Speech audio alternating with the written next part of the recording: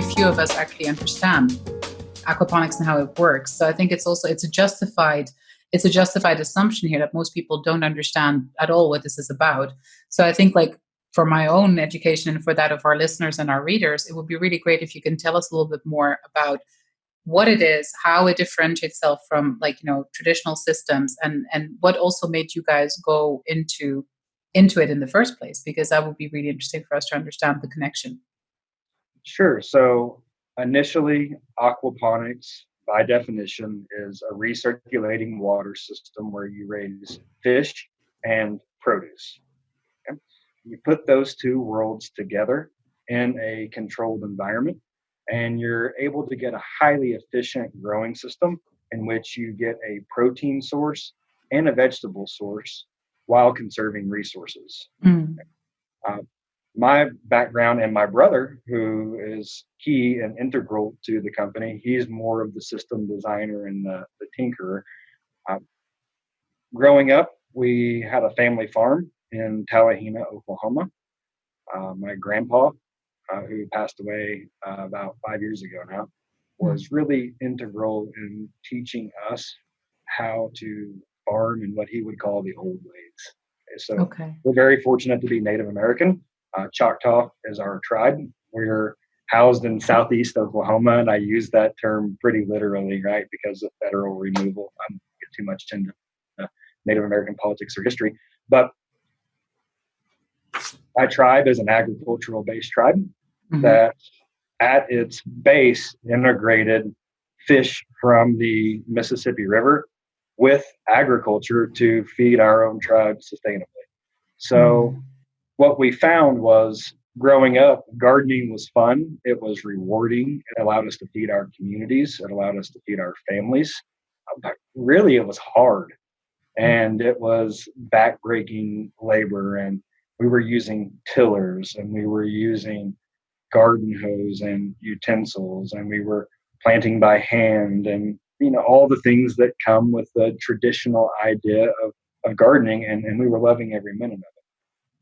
I had the fortune of pursuing higher education, and when I was just finishing up my law degree, I read a book over aquaponic gardening, and it really struck home with all of those concepts that our grandpa had taught us, but put this new spin on an age-old concept and technology. Right? Aquaponics isn't new. Aquaponics has been around since the ancient Orient, when they were using koi ponds with staggered rice paddies, and they would manually pump the water up to the top rice paddy and let it trickle back down to the koi pond. Right? That's very primitive aquaponics. And the Aztec culture down in Mexico City now, or what was Tenochtitlan then, the Chinampas were floating gardens that they put on top of Lake Tenochtitlan and used that as a sustainable food source for a very advanced civilization for the time. So what we wanted to do was to modernize those concepts.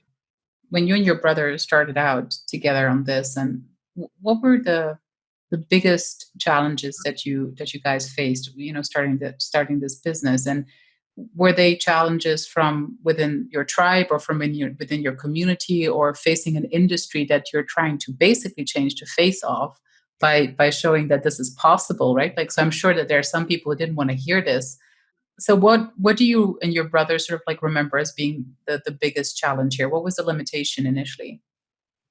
There's a lot of pushback from not only the tribe, but communities, from even some of our partners, even from my grandpa, okay? Because this was something that was completely new.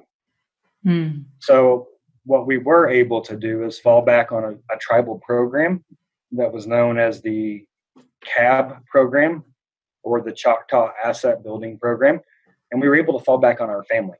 So the asset building program basically was, remember that Native American elder? It was through that program that I got to hear from him. And you had to save a certain portion of money and the tribe would match it for either Mm. education, for home ownership, or to start a business. So my parents assisted my brother and I. We were both tribal members, so we got to do our program. We, with their help, saved money throughout the 6 months of the program. The tribe matched it, which was basically we saved 2,000, they gave us four. We had $6,000 each, and we didn't really know what to do with it. So we decided if we wanted to show that this could work, the only way to do it was to build one. Mm. And nobody was going to pay us to build one. So we decided to find a school that potentially would take a chance on us and would allow us to donate the system to the school, Mm. because we figured if we did that, people would see it. And if people saw it, Right. they could see the potential, and we could meet that social good and use it as marketing to help grow the company. And fortunately for us, although the system we built kind of sucked, as often happens with the first time you try to build an aquaponic system, uh, the concept worked, the Mm. spirit worked, the community started seeing the potential, the opportunity. And then I was fortunate to get a job teaching economics at a local college. They heard about the work we were doing at the school and commissioned us to build the system for the first time. So uh, we thought we were just going to be aquaponic farmers, right? But then we realized that there was a market opportunity to build systems in the way that we wanted them. After that, we really had the turning point in the company. We applied for a grant through the Hitachi Foundation, and we were recognized through the Yoshiyama program as one of 5 companies nationwide to win their social entrepreneurship award. That Amazing. came with a $40,000 endowment and Mm. technical support and mentorship. We used that money to go back and fix the systems that we built originally, because we knew that those were going to be key to our growth. And then my brother went to the drawing board to design the components that we needed to make modular and scalable systems based upon the design principles that we created. If you think about how you were brought up and what your grandfather and your parents and your tribe has taught you, what are sort of like the tenets that you think really need to come back to the foreground as we continue to hopefully understand that we're a guest on this planet and should behave accordingly? I was just wondering if, even from your childhood or even now, what are sort of the core values that you think should really emerge from just the conversations between you and your community towards a global platform for everyone to embrace? I think it's kind of my personal mantra that I've adopted. And I got so tired of hearing the word sustainability thrown Mm. around. It was a buzzword, and Mm. nobody, in my opinion, really took the time to define it or look down inside to see what that looked like from an economy standpoint, from a natural resource standpoint, from how much time you can spend with your family, whatever that finite resource is. So what I came up with was sustainability is providing for today while leaving for tomorrow. Mm. And if everybody made that their focus, right, we wouldn't have hungry people.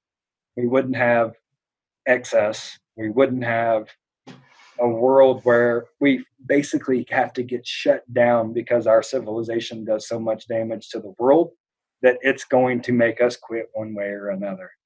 Right? And if we could achieve that as a hive mind to where everybody followed that principle and those tenets, we would not have an issue as a civilization, and it would be utopia. So I know that's impossible, right? But if we can just get the majority of people, that's all we need. If we That's can all get we the need. majority, then we can change the entire world.